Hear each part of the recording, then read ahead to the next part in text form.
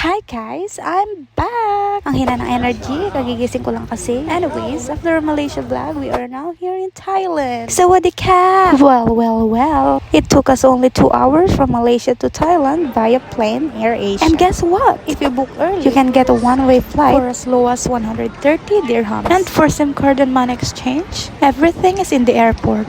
And for transportation, just download Grab. For accommodation, just download booking.com. And as you can see, our hotel is located in Pratunam area and it's called 4M Pratunam Hotel. So pagkadating namin, for the lakad muna kami around our hotel and na-discover namin na it's just 1 minute walk sa Pratunam Market. OMG! And girl, nagkalat ang mga 7-Eleven. So ayun nga, we also decided to go to George's Fair. Kasi it's still early in the evening. And alam nyo kung ano talaga pinunta namin para dito. Makita yung mga exotic food. Like this. 100 baht per tab siya na halo-halo. Like, ew! Arte! Ganda ko, te! And alam nyo ba, hindi kami bumili. Siguro next time na lang. Oo. Daming mas masarap na kainin, sa totoo lang. The next morning, we rode a bus papuntang Sipraya Pier. Feels like Philippines. Parang nakasakay sa jeep. Open air, be. And here we are. Sa kuhanan pala ng ticket sa pier na to, may mag-aalok sa inyo ng tour. And I suggest na huwag kayong pumayag. Mas mahal siya kaysa sa usual ferry na 5 baht lang. Like that, oh, di ba girl? And napakainit that time. Besides, sa Wataron lang naman namin gustong pumunta. And from here, nakikita naman na namin yung Icon. And we don't need to go there. We're running out of money. Char, nakabudget kasi kami and wala yung sa itinerary namin. So for the go na us, anyway, I'm with my friend / colleague / travel buddy. Yes, first time naming dalawa here sa Thailand. Kasi tong friend kong ito, halos nalibot ng buong Europa. Sana all. So ayan, nakasakay na nga kami sa ferry. And it would take us only 3 to 5 minutes to Wataron. ใครกันจะกล้าเก็บดอกไม้ที่ร่วงหล่นเป็นได้เพียงกลิ่นหอมที่เปื้อนฝุ่น Sa pagkakaalala ko, pagbaba namin, nagantay pa kami ng bus at nang wala na kaming taxi na lang kami. And here we are. Kami ng Thailand traditional dress. Natapat lang yan ng mismong Wataron. Kasama na nga pala dyan ng hairstyle at accessories. And it's just 150 baht. For the entrance naman sa Wataron, 200 baht lang siya, which is parang 250 pesos sa Pinas. Bad, di ba? And the pan entry, tatatakan nila yung kamay mo. And may libreng water silang ibibigay. Kasi nga sobrang init naman pala. Grabe, di ko kinakaya yung init. Ang ganda-gandahan muna tayo. I suggest na wag kayong pumunta sa Wataron during summer. Siguro okay dito kapag December, something like that, or January, February. But not July, girl. As in, ang init, sobrang daming tao. Though we enjoyed naman, pero mas may enjoy siguro namin kung medyo malamig-lamig yan. Okay yung panahon. Hindi yung tagaktak yung pawis, pati singit, lahat ng sulok-sulok. Na may libreng umbrella sa pinagrentahan namin ng costume, pero hindi kami kumuha. That is one of our biggest mistakes. And inside the temple, may nag-aalok ng photoshoot. And I'm not sure kung magkano kasi hindi namin tinanong. Siguro willing akong i-try kung may budget ako. Char! So this is what it looks like inside the temple. Paunahan na lang sa spot sa mga walang tao.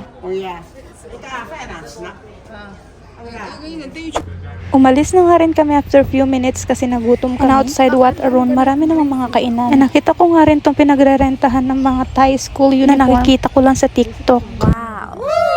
Next time ko na i-try. This time, palakad na nga kami papunta sa Watpo. Or din sa mga napagtatanungan namin, malapit lang daw siya. We just need to take another ferry and voila, we're there. Si halos magkalapit lang ang Wataron at Watpo. Ayun, nakikita ko na yung mga temple sa kabila.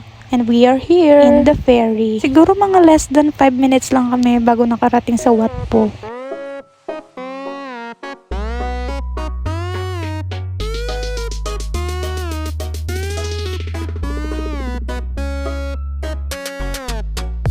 Ayun, pagkababa nga pala namin, hindi rin kami natuloy sa Watpo kasi nga 300 baht ang entrance papunta para makita yung reclining Buddha. And ang mga bakla na sayangan sa entrance. Kaya for the libot na lang kami and for the picture sa labas. Pagod na ang Disney princess nyo. Ang dami pa mga nangyari dyan pero hindi ko na na-video. And at dahil wala na nga tayong energy, lumabas muna naghanap ng makakainan para magmerienda. Nakahanap rin kami ng mga pasalubong na pwede namin iuwi sa Pilipinas. A few moments later. We are on our way to our hotel. Tapos sa matagal-tagal na pag-aantay ng bus. 2 bus nga pala ang sasakyan namin. So after nito, bababa pa kami. Tapos 1 bus papunta sa hotel namin. And here we are again in Pratunam. At dahil sinapian kami ng Powerpuff Girls, pahinga lang kami ng onte sa hotel. At lumabas ulit para kumain ng gabihan. At mag-night stroll sa labas. And guys, na-discover namin ang hotel namin ay malapit lang sa Platinum Mall. Big C! At ang daming mga bilihan dito. Ito nga, nagpapakustomize ako ng pouch na may pangalan ko, pangalan ng mga pamangkin ko. Same thing sa passport. Alam niyo ba kung magkano lang? 100 baht, girl. 100 baht each. The next morning, we planned to go to Chatuchak Market. So, nilakad na lang namin from our hotel papunta sa train station. So, along our way nga, madadaanan namin ang Platinum Mall at Big C. And of course, the Central World. So, from there, walk lang us. So, ayan ang friend ko. For the sunod lang ako. Siya ang tagabasa ng mga signage. Siguro mga 15 to 20 minutes din kami naglakad nun. Kasi pumasok pa kami sa mall. Tapos we go round and round. Ay, the wheels on the bus yarn. So guys, ang train station pala na pupuntahan namin ay ang Chitlom Station. And finally, nahanap na namin. Ayan na siya. So before anything else, the first thing we need to do is to get a ticket. Ayan ang itsura ng loob. And hindi naman ganun kahirap ang kumuha ng ticket kasi may customer service naman sila. I-guide ka nila kung ano ang gagawin. And good thing is, may nauna sa amin. Nakita namin kung anong ginagawa nila. And we just followed. Ay, nawalan ako ng hangin doon. Ang bilis. So ayan ang train station nila. In fairness, girl, ang ganda. Maluwang, may AC, at of course, walang mga may putok. At pagkababa nga namin ng train station, ayun, biglang bumuhos ang ulan. Buti na lang may dala kami payong. Hinintay nga muna namin tumila ang ulan at nung tumila for the go na sa Chatuchak Market. Nagulat kami bakit walang mga tao, walang mga nagtitinda. Hindi namin alam na weekend market pala ito. So, open lang siya during weekend. And today is Thursday. Sayang pamasahe guys, kaya bumalik na naman kami sa train station. Bis na Chatuchak, ang ending namin sa Platinum Mall.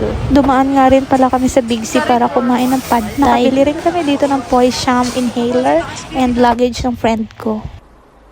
A few moments later. Kinagabihan nga, we decided to go back to George's Fair. This time, magbabas kami. When we arrived, we tried the pork sticks and the mango sticky rice. Perfect! So this is our last day in Thailand. 11 PM pang flight namin. Kaya nag-stroll na lang kami sa market para bumili ng kung ano-anong may uuwi namin. And my vlog ends here. Thank you so much. Goodbye!